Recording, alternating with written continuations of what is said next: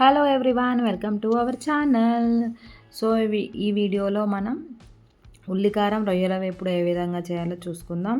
So దీనికి ఇక్కడ నేను వీడియోలో చూపిస్తున్న ఇంగ్రీడియంట్స్ అన్నీ కావాలండి. 4 చిల్లీస్ తీసుకున్నాను. స్పైసీనెస్ మీకు కావాల్సినంత మీరు యాడ్ చేసుకోవచ్చు.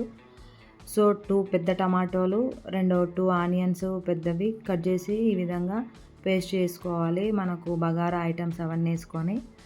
సో ఇవి రొయ్యలు అనేవి హాఫ్ బాయిల్ రొయ్యలు అండి. అంటే నేను ఆల్రెడీ సగం బాయిల్ చేసి ఫ్రిడ్జ్లో స్టోర్ చేస్తాను. మనకు అలా అయితే ఏదైనా రెసిపీ చేయాలన్నప్పుడు ఈజీగా అయిపోతుంది మనకు రొయ్యలతో చేయాలన్నప్పుడు.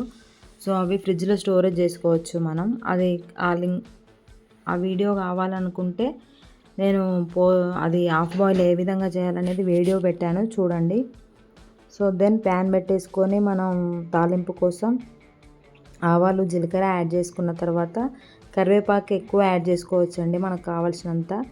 ఆ ఫ్లేవర్ అనేది డిష్కి మంచిగా వస్తుంది. సో దెన్ మనం పేస్ట్ చేసి పెట్టుకున్న ఆ టమాటో ఆనియన్ ఇంగ్రీడియంట్స్ అనేవి ఇందులో యాడ్ చేసుకొని మనం అది మంచిగా ఉడికేంత వరకు, అంటే అది ఉడికి మనకు ఆయిల్ అనేది పైకి ఈ విధంగా స్ప్రెడ్ అవుతుంది, ఆ విధంగా వచ్చే వరకు దాన్ని ఉడికించుకోవాలి. సో దట్ అప్పుడే దీనికి మంచి టేస్ట్ ఫ్లేవర్ అనేది వస్తుంది. సో నెక్స్ట్ ఈ టైంలో మనం దానిలో కొంచెం పసుపు, అదేవిధంగా అల్లం వెల్లుల్లి పేస్ట్ యాడ్ చేసుకున్న తర్వాత మళ్ళీ ఒకసారి కలుపుకోవాలి. దీంట్లోనే మనం ధనియా పౌడర్, ఇంకేదైనా మీరు మసాలాలు యాడ్ చేసుకోవాలనుకుంటే ఈ టైంలో యాడ్ చేసుకోవచ్చు. అదేవిధంగా ఈ టైంలో మనం ఇది టేస్ట్ చూసి మనకు స్పైసీనెస్ ఎక్కువ కావాలి అనుకున్న వాళ్ళు ఇంకా కొంచెం చిల్లీ పౌడర్ యాడ్ చేసుకోవచ్చు, లేదంటే ఇంకేమైనా మసాలాసు అవి ఘాటు కోసం కావాలంటే యాడ్ చేసుకోవచ్చు. సో ఇవన్నీ మనం యాడ్ చేసుకున్న తర్వాతనే దీన్ని మనం కుకింగ్ చేసుకోవాలి మూత పెట్టేసి. అప్పుడే అది అనేది మంచిగా స్పైసెస్తోని మంచిగా కుకింగ్ అయిపోతుంది.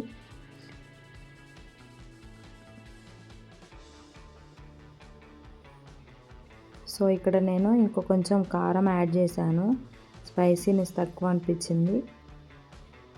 సో కారం యాడ్ చేసిన తర్వాత క్లోజ్ చేసేసుకోవాలి. ఈ విధంగా మనం ఒక 10 మినిట్స్ వరకు బాయిల్ చేసుకోవాలండి సిమ్లో పెట్టి. దెన్ మనం ఓపెన్ చేసినప్పుడు చూడండి ఆయిల్ అంతా ఈ విధంగా పైకి స్ప్రెడ్ అయింది కదా. సో ఈ టైంలో మనం హాఫ్ బాయిల్ చేసి పెట్టుకున్న రొయ్యల్ని అందులో యాడ్ చేసుకోవాలి. ఇక్కడ నేను ఏంటంటే పిల్లలు రొయ్యలు ఎక్కువ తింటారో తినరో అనే థాట్తోని ఎగ్స్ బాయిల్ చేసి అవి కూడా యాడ్ చేసుకున్నాను, పిల్లలకు తినిపించడానికి ఉంటుందని. సో ఈ ఎగ్స్ కూడా బాయిల్ చేసుకున్న తర్వాత చిన్న చిన్న ఘాట్లలాగా పెట్టి దాంట్లో వేసేసుకొని మనం దీన్ని కూడా కలిపేసుకొని అది మొత్తం దగ్గరికి అయ్యేలాగా ఈ విధంగా అయ్యేలాగా కుకింగ్ చేసుకోవాలండి. అంతే. ఫైనల్గా మనం ఒక లెమన్ యాడ్ చేసుకొని పైన గార్నిష్ కోసం కొత్తిమీర, పుదీనా యాడ్ చేసుకోవచ్చు. సో ఇదే అండి, సూపర్ అంటే సూపర్గా అదిరిపోతుంది. సో పిల్లలు కూడా ఎంతో అంటే ఎంతో ఇష్టంగా తింటారండి. సో ప్లీజ్ ట్రై చేయండి, లైక్ చేయండి, షేర్ చేయండి, సబ్స్క్రైబ్ చేసుకోండి. ఇలాంటి మరెన్నో మంచి మంచి వీడియోస్తో నేను మేము ముందుకు వస్తాను.